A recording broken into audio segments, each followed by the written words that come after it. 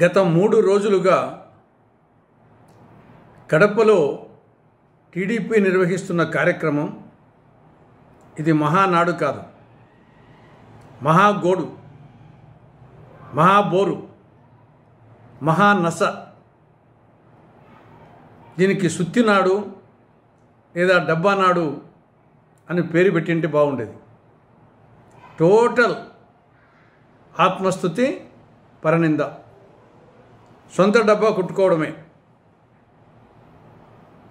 అధికార దుర్వినియోగం తారాస్థాయిలో జరిగింది. ఈ మహానాడు చూసిన తర్వాత తెలుగుదేశం పార్టీ ఇది పేదల పార్టీ కాదు, కోటీశ్వర్ల పార్టీ అని తేలిపోయింది. ఇన్నాళ్ళు టీడీపీ అంటే తెలుగుదేశం పార్టీ అనుకునేవాళ్ళు. ఈ మహానాడు చూసిన తర్వాత ఇది తెలుగుదేశం పార్టీ కాదు, తెలుగు దోపిడీ పార్టీ అని స్పష్టంగా ప్రజలకు అర్థమైపోయింది. తెలుగుదేశం పార్టీ వ్యవస్థాపక అధ్యక్షుడైన ఎన్టీ రామారావు గారి ఆశయాలకు, ఆదర్శాలకు ఇది పూర్తిగా దూరంగా జరిగింది ప్రస్తుత టీడీపీ పార్టీ. సూపర్ 6 పథకాలు సూపర్ ఫ్లాప్ అయినాయి. ఈ 11 నెలల కాలంలో సూపర్ 6 హామీలు సూపర్ ఫ్లాప్. ఈ నేపథ్యంలో దాని గురించి మాట్లాడకుండా ఇప్పుడు 6 శాసనాలని చెప్పేసి కొత్తగా తీసుకొచ్చారు. అప్పుడేమో సూపర్ 6 అది ఫెయిల్. ఇప్పుడు 6 శాసనాలంట.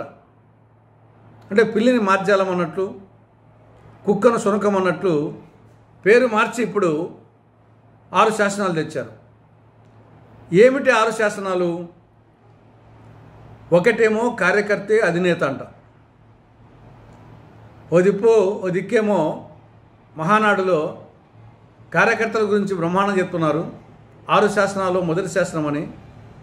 కానీ అదే సమయంలో కడప నగరంలో ఎన్టీఆర్ సర్కిల్ వద్ద ఎన్టీఆర్ విగ్రహం దగ్గర ఒక మహిళ, ఒక దళిత మహిళ, చిప్పగిరి మీనాక్షి అనే మహిళ తెలుగుదేశం పార్టీ కార్యకర్తలను పూర్తిగా విస్మరించిందని చెప్పేసి నిరసన తెలియజేస్తూ షెల్టర్ ఎక్కింది. ఇక్కడేమో మహానాడులో కార్యకర్తే అధినేత అని చెప్తున్నారు, ఇక్కడేమో చిప్పగిరి మీనాక్షి కార్యకర్తలను పట్టించుకోవడం లేదని చెప్పేసి ఒక మహిళ, ఒక దళిత మహిళ ఎన్టీఆర్ జన్మదినం రోజున ఎన్టీఆర్ సర్కిల్లో ఎన్టీఆర్ విగ్రహం దగ్గర షెల్టర్ ఎక్కింది. ఇది 6 శాసనాల్లో మొదటి శాసనం పరిస్థితి. ఇక రెండవ శాసనం ఏమి? యువగలమంట. సూపర్ 6లో మొదటిది నిరుద్యోగ భృతి. ప్రతి నిరుద్యోగ యువతకు నెలకు 3,000 రూపాయలు ఆర్థిక సహాయం చేస్తామని చెప్పి ఇంతవరకు పైసా ఇవ్వలేదు. 2025-26 బడ్జెట్లో పైసా పెట్టలేదు. నిన్న మహానాడులో దాని గురించి మాట్లాడలేదు. ఇది రెండవ శాసనం పరిస్థితి. ఇక మూడవ శాసనం సామాజిక న్యాయం. సామాజిక న్యాయానికి సంబంధించి సూపర్ 6లో బీసీ, ఎస్సీ, ఎస్టీ, ముస్లిం మైనారిటీలకు 50 ఏళ్ళకే పెన్షన్ చెప్పారు. ఇంతవరకు పైసా ఇవ్వలేదు. 2025-26 బడ్జెట్లో దాని గురించి ప్రస్తావించలేదు. నిన్న మహానాడులో ప్రస్తావించలేదు. ఇది మూడవ శాసనమైనటువంటి సామాజిక న్యాయం పరిస్థితి.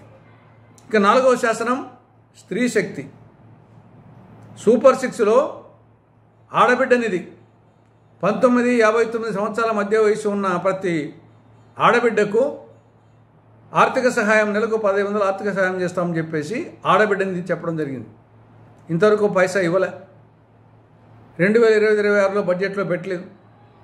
నిన్న దాని గురించి ప్రస్తావించలేదు.